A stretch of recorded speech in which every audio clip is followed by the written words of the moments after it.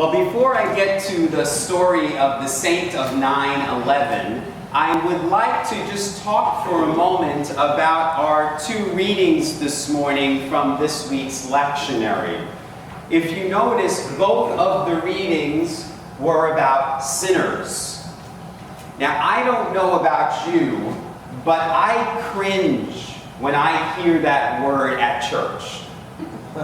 It brings back for me the years of growing up in church and hearing that I was a sinner, that I was bad and not worthy, and that I needed salvation. And those words didn't just come from the priest on the pulpit, they were often in the songs that we sang. The postlude Peter is going to play for us today is Amazing Grace. And I used to dread singing that song on Sunday, especially the line that said, "that saved a wretch like me." And I love how churches today have changed that line to, "that has saved and set me free." Because that is the truth.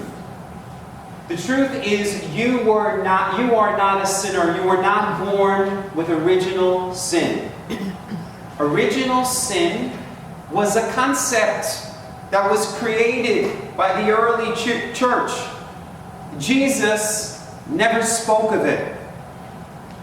Here's what Jesus said about you. Jesus said, "You are a child of God. The kingdom of heaven dwells within you, and you are the light of the world." That's what Jesus said about you. And Jesus said, when you know this truth about yourself, you are set free. That's what salvation means. It means freedom.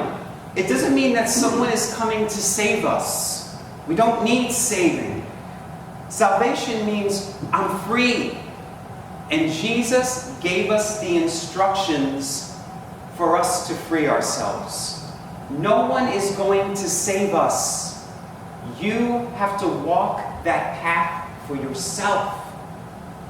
But Jesus showed us the way to do that. Now, in today's gospel, the scribes and Pharisees, the religious authorities of Jesus' day, are grumbling because Jesus is eating a meal with sinners. And who were sinners in Jesus' day? They were people who had diseases like leprosy. People were considered sinners because of their occupation, like tax collecting.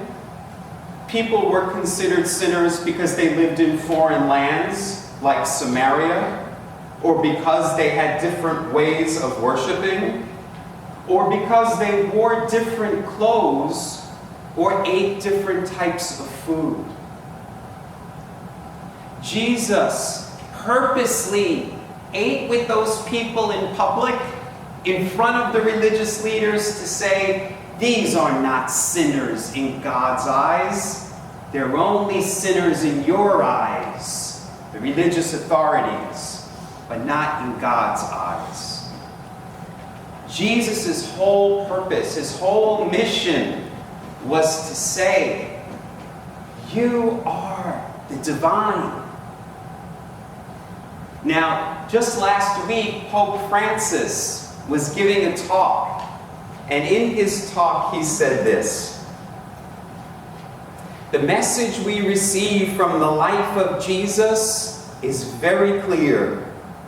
God did not send Jesus into the world to punish sinners or to annihilate evildoers. Instead, Jesus extends to them an invitation to conversion, so that seeing the signs of divine goodness within them, they could rediscover the way of return. I love that Pope Francis said that's why Jesus came. Not to say you are sinners, but to show you the goodness within you so that you could have a conversion. The word convert means to turn back. And Pope Francis said so beautifully, to discover the return home. Now, I've shared with you before that the word sin is actually an archery term. It means you didn't hit the bullseye. You missed the mark. That's what sin means, to miss the mark. It means you didn't hit the center. You didn't hit the center. You were off center. If you believe and you have thoughts that you are not worthy, that you are not good enough, that you are lacking in some way, those thoughts will then turn into actions. Your actions will match those thoughts. And that's what we mean by sin. You missed the mark. You forgot that the divine was within you. But when you hit the center, your actions align with the divine light that is within you. In our psalm that we said this morning, Psalm 51, we ask God in that psalm to blot out our offenses. But the word offense is the word obstacle. Really, what we're asking God to do is asking God's help in removing any obstacles that we've placed in our way that keep us from our truth, that keep us from discovering the divine that is within us. Our Hindu brothers and sisters often pray to Ganesha. You may have seen Ganesha is an elephant. And Ganesha is the remover of obstacles. And our Hindu brothers and sisters pray to Ganesha to remove anything that's in the way of their discovering the divine light within them. And that's what Jesus was trying to do.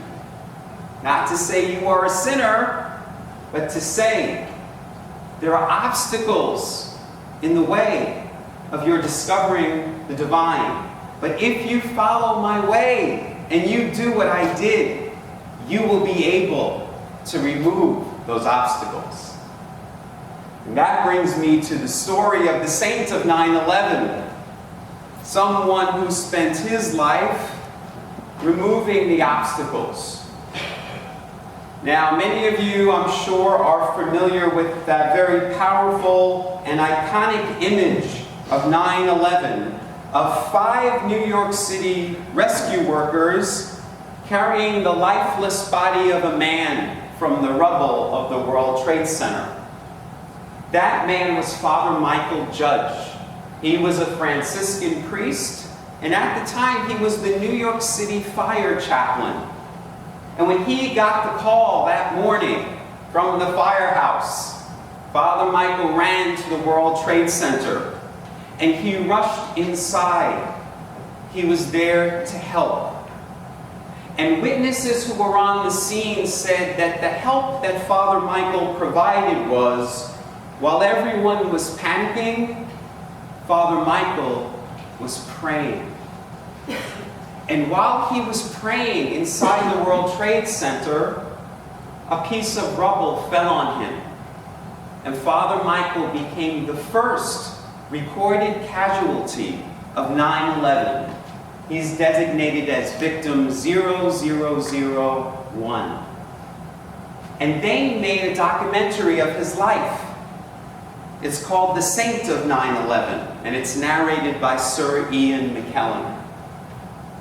Now, it is important for us to look at the lives of saints. I loved in our words of integration this morning, it said, if you want to be a great business person, study the lives of great entrepreneurs. If you want to be an actor, study great actors. You want to be a writer, study great writers. If we want to walk the spiritual path, it's important for us to look at the people who did so.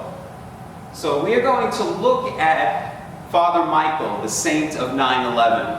Now, first of all, I want to say that when we hear the word saint, oftentimes we think of people whose accomplishments were unattainable. Saints are often put on pedestals. We see them as so holy that we can never do what they did.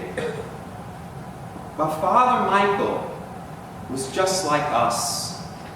And I know that because I knew Father Mychal. Father Mychal often missed the mark. For example, Father Mychal drank too much. He told the story of how he woke up one morning and had a shamrock tattooed on his behind.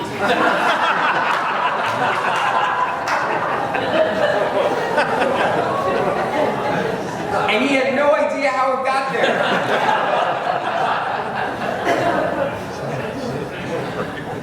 But Father Mychal, from that day forward, embraced the 12 steps. And for those of you who know the 12 steps and have incorporated them in your life, you know that that is a spiritual path. The 12 steps was Father Mychal's spirituality. It said that there is a power in the universe that is greater than us. And we turn over our will to that power, to the God of our understanding. Father Mychal especially resonated with the 11th step, which says, through prayer and meditation, we make conscious contact with God each and every day. Father Mychal understood that part of the 12-step process was not only recognizing this power and aligning with it, but that we align with it through prayer and meditation throughout the day. Now, I have shared with all of you before that I wrote a book called Mychal's Prayer, which is about a prayer that Mychal taught me. I shared a couple of weeks ago that one of our churchgoers, Scott Vanderschwag, etched that prayer in a mirror, which is now hanging in our Friendship Hall. And all of you today in your bulletin received a postcard of that mirror with Mychal's prayer. Mychal's prayer is very simple. It's only 4 lines, but he would say it every day. And it was, Lord, today, take me where you want me to go. Let me meet who you want me to meet. Tell me what you want me to say. And keep me out of your way. I love it. I think it's the perfect prayer. Because it is the prayer of surrender. And it is the prayer of saying, not my will, but thy will be done today. When you incorporate this prayer into your life, something amazing happens. Your will and God's will becomes the same. That you will for yourself what God wills for you. It becomes one. And in doing the will of God doesn't make you miserable. It makes you free. In the epistle this week, I shared a picture of Father Mychal and a quote that he said. And he said, following the will of God is not an obligation or a burden. Following the will of God is the joy of my life. You will experience a life of peace, a life of joy, a life of freedom when you live that prayer, which says, God, surprise me. What do you have for me today? Because I know that whatever it is, it's for my greatest good. Because your plans for me are plans of fullness, not of harm. There's a wonderful children's book that was written about the life of Father Mychal. And the name of the book is, He Said Yes. That's the name of the book. He Said Yes. Because Father Mychal said yes to wherever God was calling him. And Father Mychal said yes that morning of September 11th. And because he said yes, millions of people around the world now know Father Mychal, and they know his prayer. people of all different walks of life. Many of you know that the stereotype of the New York City firefighter is that kind of rough and tough macho guy, Italian and Irish, immigrant, blue collar. Father Mychal is the saint of the New York City firefighters, even though many of them know that Father Mychal was a gay man. Father Mychal, during his time in New York, welcomed gay Catholics into his monastery for Mass at a time when the Archbishop of New York forbade gay Catholic groups from meeting in any Catholic churches in New York. Father Mychal invited them into the place where he lived to say Mass for them. And when Father Mychal saw that the Catholic Church was doing nothing to help people with AIDS, because at the time, it was very much like the time of Jesus, you were a sinner because you had that disease. Father Mychal knew that that wasn't true. Father Mychal founded one of the first Catholic AIDS organizations in the country called St. Francis AIDS Ministry. Father Mychal was a Franciscan. He followed the life of St. Francis, whose words we so beautifully sang at the top of the service. Make me an instrument of peace. Where there's hatred, let me bring love. Where there's darkness, let me bring light. That's what Father Mychal did. And I know Father Mychal would be so delighted because the current New York City fire chaplain is a woman. And she's a lesbian. She's a wife and a mother. And she is an ordained minister in the United Church of Christ. Today, on September 11th, when we remember that day of darkness, let us recommit ourselves to doing what Mychal did, to praying the prayer of Mychal, to praying the prayer of St. Francis of Assisi, which says, God, today, make me an instrument of your peace in the world. Where there's hatred, let me bring your love. Where there's injury, let me bring pardon.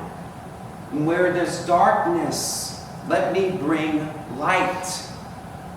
When we do that, we not only find peace within ourselves, we become instruments of peace in our world.